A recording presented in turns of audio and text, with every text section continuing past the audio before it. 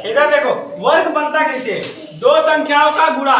मान लो a into A, a into A, a into A हुआ, a इंटू ए। तो उसको कैसे a इंटू ए लिखोगे तो क्या लिखोगे? का हम प्लस करते हैं अगर a प्लस ए तो क्या लिखेंगे?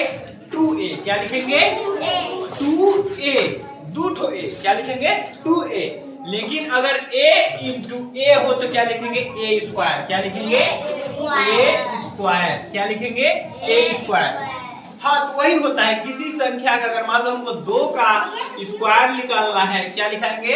स्क्वायर, यानी वर्ग निकालना है। क्या बोलते हैं इस वाले चिन्ह को? क्या बोलते हैं? वर्ग बोलते हैं। क्या बोलते हैं? वर्ग बोलते हैं। तो किसी भी संख्या के ऊपर ऐसा लगा है तो उसके ऊपर क्या लगा है? वर्ग लगा है। तो 2 के ऊपर वर्ग लगा है तो 2 का वर्ग कैसे लिखा देंगे? 2 इंटू 2। यानी इसका मतलब यह है कि यह संख्या 2 ठो है। यह संख्या 2 ठो है। तो क्या हो जाएगा? 2 दूना 2 दूना 4। ये हो गया। घन का मतलब होता है जैसे मान लो a into A into A, a into A into A. तो क्या आ जाएगा? a के घाते 3, a के घाते 3 यानी घन।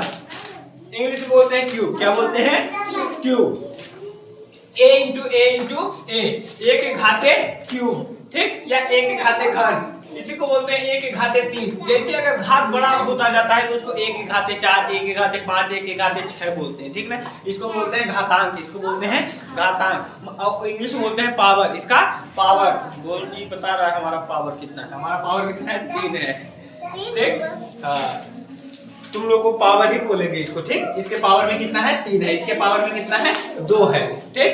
तो इसी को बोलते हैं तुम लोगों में क्यूब और हम लोगों में घन, हिंदी मीडियम। तो ये हो जाएगा a इंटू ए बराबर कितना हो जाएगा? a cube. मान लो 2 का हमको क्यूब निकालना है, कितना हो जाएगा?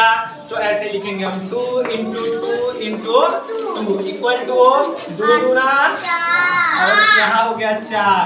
अब 4 दूना तो आ जाएगा 8। क्या आ जाएगा? 8। इसी तरीके से होता है। ये हो गया, समझ में आया? अब तुम लोगों को कैसे नहीं समझ में आया? 2 के घात में कितना है? 2 के घात में कितना है? 3। यानी 2 कट में है 3। तो 1 ठो 2 3, 2 ठो 2 और ये कट हो गया 1 2। देखो 1 ठो ई 2 हो गया, 1 ठो ई हो गया, 1 ठो ई। तो कट मिला के तीनों मिला के सब मिला कट हो गया 3 ठो। तो वही तो लिखा है 2 के